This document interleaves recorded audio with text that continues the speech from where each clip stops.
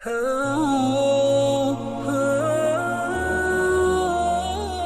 بھی اگلا سوال ہے، صحیح بخاری اور صحیح مسلم کی جن احادیث میں وارد ہے کہ سیدنا عیسیٰ علیہ السلام صلیب توڑ دیں گے اور خنزیر کو قتل کر دیں گے، اس سے کیا مراد ہے؟ کیا دنیا کے تمام خنزیر قتل کر دیے جائیں گے؟ اگر ہاں تو پھر اللہ تعالیٰ نے خنزیر کو کیا بے مقصد پیدا فرمایا ہے؟ اگر ہاں تو پھر اللہ تعالیٰ تو فرماتا ہے ما خلقت ھذا باطل۔ بڑی لمبی انجینئرنگ کی تھی جی، یہ بات تو صحیح ہے۔ اللہ تعالیٰ نے قرآن پاک میں سورہ آل عمران میں فرمایا نا کہ اہل ایمان کی نشانی ہے کہ وہ زمین و آسمان میں تفرق جو ہے وہ تفکر کرتے ہیں، اس کے بعد وہ کہتے ہیں ربنا ما خلقت ھذا باطلا سبحانک فقنا عذاب النار۔ اے اللہ تو نے جتنی مخلوقات پیدا کی ہیں فضول پیدا نہیں کی ہیں، یہ با مقصد ہیں۔ اور سب سے بڑی کریشن کا کلائمیکس اللہ تعالیٰ کی وہ انسان ہے، لیکن باقی بھی جتنی مخلوقات ہیں وہ اللہ تعالیٰ نے کسی مقصد کے تحت پیدا کی ہیں۔ بے شک۔ لہٰذا اب یہ کتوں کے مارنے کے بارے میں بھی جو روایتیں آتی ہیں نا، اس طرح کی روایتوں میں میرا موقف غامدی صاحب کے ساتھ ہے کہ یہ نہیں ہے کہ جتنے بھی کتے نظر آئیں گے آپ مار دیں گے۔ ہلکے کتے جو ناقابل علاج ہیں ان کے بارے میں، ان کو کیٹاگوریکلی چیزوں کو کرنا سرکمسٹانسز کو دیکھ کے یہ بڑی سخت زیادتی والی بات ہے۔ میں نے ایک کلپ ریکارڈ ہوا ہے سیدہ عائشہ کے 5 عقائد، اس میں نے بتایا کہ بڑے بڑے صحابہ کو بھی حدیث سن کے غلطی لگ جاتی تھی کسی معاملے کے اندر، جیسا کہ صحیح بخاری مسلم میں حدیث ہے حضرت عمر فاروق رضی اللہ تعالیٰ عنہ کتنے فقیہ صحابی ہیں جی، ٹھیک ہے جی، یعنی امت میں دوسرے نمبر پہ ہیں حضرت ابو بکر کے بعد، کچھ چھوٹے بندے ہیں لیکن ان کو کتنی بڑی غلطی لگی کہ وہ یہ حدیث بیان کیا کرتے تھے کہ جب میت کے اوپر لوگ روتے ہیں نا تو جو لواحقین رو رہے ہوتے ہیں نا ان کے رونے کی وجہ سے میت کو عذاب دیا جا رہا ہوتا ہے۔ جب یہ حدیث حضرت عائشہ کے پاس پہنچی تو بخاری مسلم کے الفاظ ہیں، حضرت عائشہ نے کہا خدا عمر ابن خطاب پہ بھی رحم فرمایا، اس کے بیٹے عبداللہ بن عمر پہ بھی جو یہ روایت بیان کرتا ہے۔ نبی علیہ السلام نے یہ نہیں فرمایا تھا کیا تم نے قرآن نہیں پڑھا وَلَا تَزِرُ وَازِرَةٌ وِزْرَ أُخْرَىٰ، کوئی جان کسی دوسرے کا بوجھ نہیں اٹھا سکتی۔ یہ کیسے ہو سکتا ہے کہ پیچھے لوگ مرثیے پڑھ رہے ہوں ایک بندے کے اوپر، اس بندے کو وہاں پہ عذاب دیا جا رہا ہو ان کے مرثیہ پڑھنے کے اوپر؟ نبی علیہ السلام نے یہ فرمایا تھا کہ لوگ پچھلے تو رو رہے ہوتے ہیں حالانکہ میت کو عذاب ہو رہا ہوتا ہے، یعنی وہ رو رو کے تعریف کر رہے ہوتے ہیں کہ بڑے پہنچے بزرگ سن کنے خدا ترسن، حالانکہ انہوں نے او کرتوت کیتے ہوندے نے کہ عذاب کو گزرے ہوندے نے۔ یہاں پہ بھی جب کوئی بڑا بندہ مر جاتا ہے تو کتنے تعریفی کلمات لوگ کہہ رہے ہوتے ہیں حالانکہ ان کو عذاب دیا جا رہا ہوتا ہے ان کے کرتوتوں کے اوپر۔ تو حضرت عائشہ نے کہا کہ لوگ تو اپنی طرف سے لوگوں کی بزرگی کلیم کیے ہوتے ہیں حالانکہ ان کو عذاب دیا جا رہا ہوتا ہے۔ یہ حضرت عمر کو بات سمجھنے میں غلطی لگی ہے۔ تو اگر حضرت عمر کو غلطی لگ سکتی ہے، ایک جو بخاری میں آتا ہے جب نبی علیہ السلام فوت ہوئے تو حضرت عمر نے تلوار نکال دی، جو کہے گا حضور فوت ہو گئے میں اس کی گردن اتار دوں گا، یہ چھوٹی غلطی ہے؟ یہ چیزیں اس بات پر گواہی ہیں کہ غلطی کسی سے بھی ہو سکتی ہے۔ پھر حضرت بکر نے ان کو ڈانٹ کے بٹھایا اور آیت پڑھی وما محمد الا رسول قد خلت من قبلہ الرسل افئن مات او قتل، نبی علیہ السلام تو نہیں ایک رسول، اگر یہ فوت ہو جائیں یہ جنگ میں شہید ہو جائیں، یہ میں انڈیا پاکستان والا ترجمہ کر رہا ہوں آپ کے شر سے بچنے کے لیے، ورنہ لفظی ترجمہ یہ ہے کہ اگر یہ مر جائیں یا قتل ہو جائیں تو کیا دین چھوڑ دو گے؟ لیکن انڈیا پاکستان میں ذرا قرآن و حدیث کے ترجموں کو بھی ٹیلر میڈ کرنا پڑ جاتا ہے سمجھانے کے لیے، لیکن میں ایماندار ہوں، میں نے دوسرا ترجمہ بھی بتا دیا، ٹھیک ہے؟ تو کیا تم دین سے الٹے قدم پھر جاؤ گے؟ اور جو کوئی الٹے قدم پھرے گا اللہ کا تو کوئی نقصان نہیں کرے گا اور اللہ تعالیٰ ثابت قدم رہنے والوں کو جزا دے گا۔ یہ آیت پڑھی تو حضرت عمر کہتے ہیں میرے پاؤں میرا جسم کا بوجھ نہیں اٹھا سکے، مجھے یقین ہو گیا کہ باقی نبی کو بھی تو موت آنی ہے۔ پھر دوسری آیت پڑھی سورہ زمر کی انک میت و انہم میتون، اے نبی علیہ السلام انہیں بھی مرنا ہے اور تمہیں بھی انتقال فرمانا ہے۔ اے ترجمہ کرتے تھے لفظ ایک ہی ہے انک میت و انہم میتون، کیونکہ وہ یہ امیج دینا چاہتے ہیں کہ نبی علیہ السلام کی وفات نہیں ہوئی ہے، وہ وصال ہوا ہے۔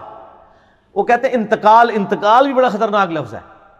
انتقال کا مطلب ہے کہ یہاں سے وہاں منتقل ہو گئے، موت نہیں ماننا چاہتے، بیچ میں بیماری آپ سمجھیں۔ اگر میں کہوں کہ ایک بندہ جیلم سے کراچی منتقل ہو گیا، اس سے کوئی بھی نہیں یہ کہے گا کہ وہ مر کے منتقل ہوا ہے۔ تو انہوں نے انتقال، اے نبی کافروں نے بھی مرنا ہے، تم نے بھی انتقال فرمانا ہے۔ اے ترجمہ کیتے ہیں جی حمزہ بریلوی صاحب نے انک میت و انہم میتون، اور پھر کہتے ہیں وصال کا لفظ استعمال کریں، آپ انتقال کا لفظ استعمال کریں، وصال کا کریں، وفات کا نہ کریں. تو میں نے تو میرا پورا کلپ ہے کہ بخاری مسلم سے میں نے کتنی احادیث پیش کی ہیں, قرآن پاک کی آیات پیش کی ہیں. انبیاء کے اپنے الفاظ ہیں, وہ وفات کا لفظ اپنے لیے استعمال کرتے ہیں, اللہ تعالیٰ نے استعمال کیا ہے. صحابہ کرام نے نبی علیہ السلام کی وفات کے لیے موت کا لفظ استعمال کیا ہے, ٹھیک ہے. حضرت ابو بکر نے استعمال کیا ہے, سیدہ عائشہ نے کیا ہے, ٹھیک ہے, اور اس طریقے سے سیدنا ابو ہریرہ نے کیا ہے, ٹھیک ہے. جو بخاری کی بڑی مشہور حدیث ہے, جب حضرت عمر کو زخم لگا, انہوں نے 6 رکنی کمیٹی بنائی, اس میں آگے الفاظ ہے یہ 6 بندے وہ ہیں جن سے نبی علیہ السلام وفات تک راضی رہے. وصال شریف تک راضی نہیں ہے, انتقال شریف نہیں, وفات تک.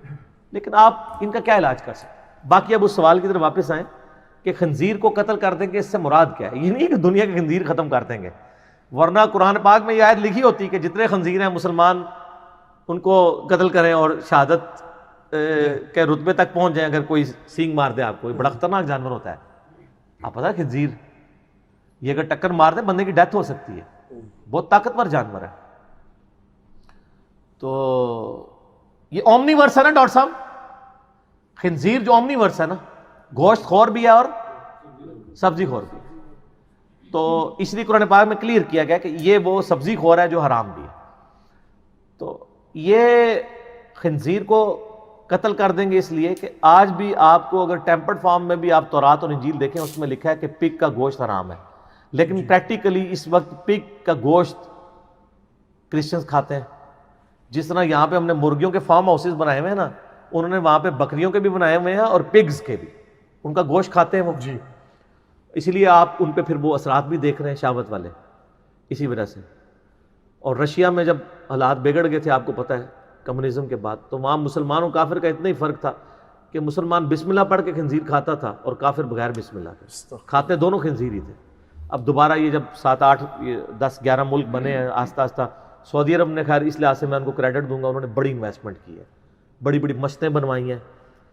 اس کے علاوہ ان کی زبان میں قرآن پاک ٹرانسلیٹ کر کے مسجدوں میں رکھوائے ہیں. جہاں 100 سال تک مسجدوں پہ تالے پڑے ہوئے ہوں, اذان دینے میں پابندی ہو, تو ظاہر ہے 100 سال میں تو ایک پوری جنریشن ختم ہو جاتی ہے نا. لیکن پھر دیکھ لیں ریوائول شروع ہو گیا ہے وہاں پہ, جمعے کے بڑے بڑے اجتماعات ہوتے ہیں, ٹھیک ہے. تو یہ جو خنزیر والا مسئلہ ہے نا, وہ یہ ہے کہ چونکہ کرسچن اس کو لے کے چل رہے ہیں اور قرب قیامت میں کرسچنز کے لیے اللہ تعالیٰ نے عیسیٰ علیہ السلام کو مبعوث کرنا ہے, اور کرسچنز نے اسلام قبول کرنا ہے یا پکے کفر پہ جانا ہے, دونوں میں سے ایک چیز انہوں نے اڈاپٹ کرنی ہے. حیات مسیح اور نزول مسیح علیہ السلام پہ میں نے سورہ نساء آل عمران کی آیات سے ثابت کیا تھا کہ حضرت عیسیٰ علیہ السلام کی موت سے پہلے کرسچن ان پہ ایمان لے آئیں گے. ابھی تو اللہ نے ان کو زندہ اٹھا لیا. اس میں نے دلائل قرآن اور بخاری مسلم سے پیش کیے تھے, آج میں اس تفصیل میں نہیں جاؤں گا. مسئلہ نمبر 12 میرا دیکھ لیں, اس میں الفاظ ہیں کہ عیسیٰ علیہ السلام جب دنیا میں اتریں گے, وہ جامع دمشق کے مینار کے اوپر اتریں گے 2 فرشتوں کے سہارے, ٹھیک ہے. زرد رنگ کی 2 چادریں انہوں نے لپیٹی ہوئی ہوں گی, ایک تامت اور ایک اوپر.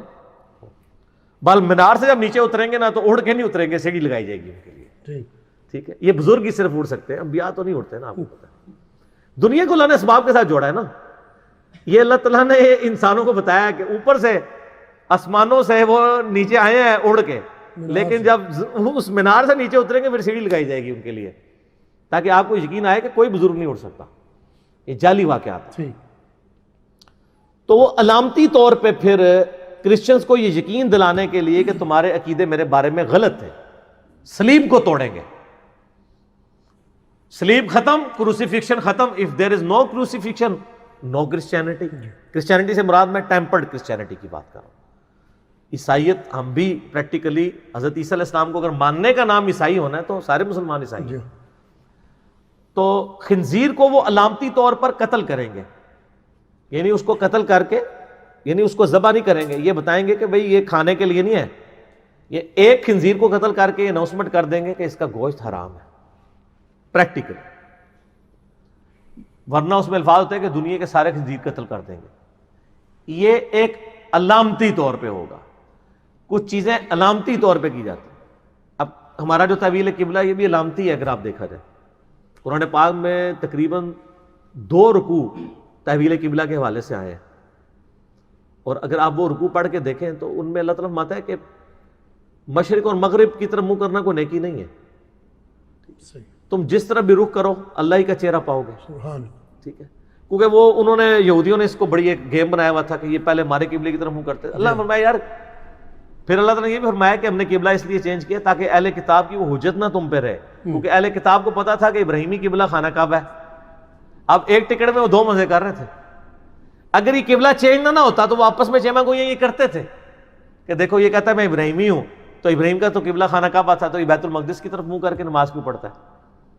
اور جب بیت المقدس کی بجائے خانہ کعبہ قبلہ بنا, پھر انہوں نے کہنا شروع کر دیا تم تو کہتے تھے ہم موسیٰ کو مانتے ہیں, تو موسیٰ کا قبلہ تو وہ تھا, تم اب ادھر کیوں آ گئے ہو؟ آٹا گوندے ہلدی کیوں ہیں؟ ٹھیک ہے نا, یہ علاج ہی کوئی نہیں. تو اس لیے اللہ تعالیٰ نے دوسرے پارے کا آغاز جو ہے سیقول السفہاء, ان قریب بے وقوف لوگ کہیں گے کہ یہ قبلہ کیوں چینج کر دیا. اس کا مطلب ہے کہ بے وقوف لوگوں کا کوئی علاج نہیں ہے. ان کا علاج صرف یہی ہے جو اللہ نے کیا ہے کہ ان کو بے وقوف لوگ کہہ کے چھوڑ دیا جائے, کیونکہ بے وقوف لوگوں کی آپ کس کس بات کا جواب دیں گے؟ ایک جواب دیں گے, ہاں اسی لیے گئے وَإِذَا خَاطَبَهُمُ الْجَاهِلُونَ قَالُوا سَلَامًا. اور سر یہ ہم نے اپنے بھائیوں کو بھی کہا ہے کہ اگر آپ کو جاہل کوئی ملے علماء سے یا عوام الناس سے, تو ان کے ساتھ بحث نہ کیا کریں. یہ قرآن کا حکم ہے, صرف بات بتائیں. ایک بندہ کہتا ہے جی کوا سفید ہوتا ہے, کہاں چٹا ہوتا, تو کوے کو میں کالا ثابت کرنے کے لیے صرف کوا دکھا ہی سکتا ہوں نا. قرآن و حدیث سے میں آپ کو دلائل دکھا سکتا ہوں, وہ پھر بھی کہے کہ نہیں یہ آپ کو نظر آ رہا ہے اس طرح, یہ اندروں سفید ہے, تو ادھر کوئی علاج نہیں ہے. اندروں ہے وچوں مطلب یہ ہے, اے وچ دا کوئی علاج نہیں ہے. دین جو کچھ ہے وہ اپنے ظاہر میں ہے, اور دین کے باطن میں وہی چیز ہے جو ظاہر کو سپورٹ کرتی ہے. یہ نہیں ہو سکتا کہ دین کے باطن میں, دین کے ظاہر کے اندر جو ہے وہ خنزیر کا گوشت حلال ہے, حرام ہے, اور دین کے باطن میں وہ حلال نکلا ہے. وہ حرام حلال صرف اس صورت میں ہوتا ہے کہ جو ظاہر میں قرآن میں 4 مواقع میں بتا دیا گیا کہ اگر زندگی موت کی کشمکش بن جاتی ہے تمہارے لیے, ٹھیک ہے جی, تو پھر تم دل میں برا جانتے ہوئے اتنا گوشت کھا لو جس سے تمہاری جان بچ جائے. صحیح, اضطراری کیفیت, اور اس میں دل میں نفرت بھی ہو کہ یہ حرام ہے, بس اتنے کے طور پہ. تو یہاں پہ لوگ یعنی دین کو بدل دیتے ہیں, تو وہ علامتی طور پہ حضرت عیسیٰ علیہ السلام کریں گے, اور علامتی طور پہ ایک اور کام بھی کریں گے کہ امام محمد مہدی کو مصلی پہ کھڑا کریں گے. بخاری مسلم کے الفاظ ہے تمہاری کیا شان ہوگی جب عیسیٰ ابن مریم تم میں اتریں گے اور تم میں سے ایک شخص میرا امتی امامت کروائے گا اور روح اللہ اس کے پیچھے نماز پڑھیں گے. نبی علیہ السلام نے اپنی امت کی عظمت بتائی ہے کہ عیسیٰ روح اللہ وجیہن فی الدنیا والآخرہ, جن کے لیول کے معجزات کسی پیغمبر کو نہیں دیے گئے, ایون ہمارے نبی علیہ السلام کو بھی. بے شک, کہ مٹی کی مورت بنا کے اللہ کے اذن سے پھونک مارتے ہیں وہ پرندہ بن جاتی ہے, مردے کو اللہ کے اذن سے زندہ کر دیتے ہیں, اور پیدائش بھی معجزانہ ہے, اور اٹھا لیے گئے ہیں آج تک زندہ ہیں, فوت بھی نہیں ہوئے. حضرت عیسیٰ کی تو پوری کی پوری زندگی معجزانہ ہے, ٹھیک ہے, پوری کی پوری زندگی معجزانہ ہے. اور وہ لیکن یہ بھی علامتی ایک نماز ہی ہوگی, اس کے بعد حضرت عیسیٰ ابن مریم ہی نمازیں ساری پڑھائیں گے. ایک نماز پیچھے پڑھیں گے تاکہ پتہ چلے کہ میں امت محمدیہ میں سے ہوں, کوئی نئی شریعت نہیں لے کے آیا. اور صحیح مسلم میں حدیث ہے کہ حدیث کے راوی کہتے ہیں کہ عیسیٰ ابن مریم تم میں اتریں گے, اللہ کی کتاب اور تمہارے نبی کی سنت کے مطابق تمہیں چلائیں گے. لیکن فقہ حنفی کیا کہتی ہے؟ عرض کر دیں, فقہ حنفی کی ساری کتابوں میں لکھا ہے کہ جب عیسیٰ علیہ السلام اتریں گے, اور یہ مکتوبات میں شیخ احمد سرندی نے خود لکھا ہے, قاضی ثناء اللہ پانی پتی نے نقل کیا ہے, سارے بڑے بڑے بزرگ, للو پنجوں کی تو میں بات ہی نہیں کرتا, یہ تو للو پنجو نہیں ہے نا. وہ لکھتے ہیں کہ جب عیسیٰ ابن مریم دنیا میں اتریں گے تو فقہ حنفی کے مطابق عمل کریں گے. پھر ان کو حیا آئی کہ اگر ہم یہ بتائیں گے تو لوگ کہیں گے یار آپ نے حضرت عیسیٰ کو امام حنیفہ کے نیچے لگا دیا. تو پھر اینڈ پہ لکھتے ہیں جو ان کا طریقہ واردات ہوتا ہے کہ نہیں, اصل میں ہوگا یہ کہ وہ بھی اجتہاد کریں گے اور ان کا اجتہاد بھی امام حنیفہ سے مل جائے گا. یار ان کا اجتہاد امام حنیفہ سے کیوں ملے گا, ابو بکر عمر عثمان و علی کے ساتھ کیوں نہیں ملے گا؟ اور اجتہاد کی ضرورت کیا ہے؟ امام وقت وہاں موجود ہے, امام محمد مہدی جو مجدد ہے. ابو داؤد اور حاکم میں حدیث ہے کہ ہر 100 سال میں میری امت میں ایک مجدد آئے گا جو دین کی تجدید کرے گا. 2 مجدد پہ امت متفق ہے, ایک پہلے پہ اور آخری پہ. پہلا عمر بن عبدالعزیز جس کو سنی شیعہ دونوں مانتے ہیں, اور آخری امام محمد بن عبداللہ المہدی. جب دنیا میں اسلام کا مجدد موجود ہے, وہاں فقہاء کی اور مجتہدین کی کیا اوقات ہے؟ کوئی اوقات ہی نہیں ہے. اور وہ مجدد ایسا کہ جس کو بائی نیم نبی نے مینشن کیا ہے امام حنیفہ، امام شافعی، امام مالک، احمد بن حنبل رحمہم اللہ اجمعین ہم بہت احترام کرتے ہیں، ان کا نام کسی آیت اور حدیث میں نہیں ہے، بے شک اور جس کا نام نبی علیہ السلام کی مبارک زبان سے نکلا ہوا ہے اس بندے کی موجودگی میں آپ کہہ رہے ہیں کہ نہیں حضرت عیسیٰ علیہ السلام کا اجتہاد امام مہدی سے نہیں ملے گا، امام حنیفہ سے مل جائے. کہانیاں اس میں نے کہانی کا نکال دیا کہ سر ادھر مسئلہ نہیں حل ہونا، وہ امام حنیفہ کے کس بچے کے ساتھ ملے گا، بریلوی بچے کے ساتھ یا دیوبندی بچے کے ساتھ؟ آئے ہائے نا. ہاں حنفی تو پریکٹیکلی دو ہیں دنیا میں، جی فقہ حنفیہ بریلویہ اور فقہ حنفیہ دیوبندیہ.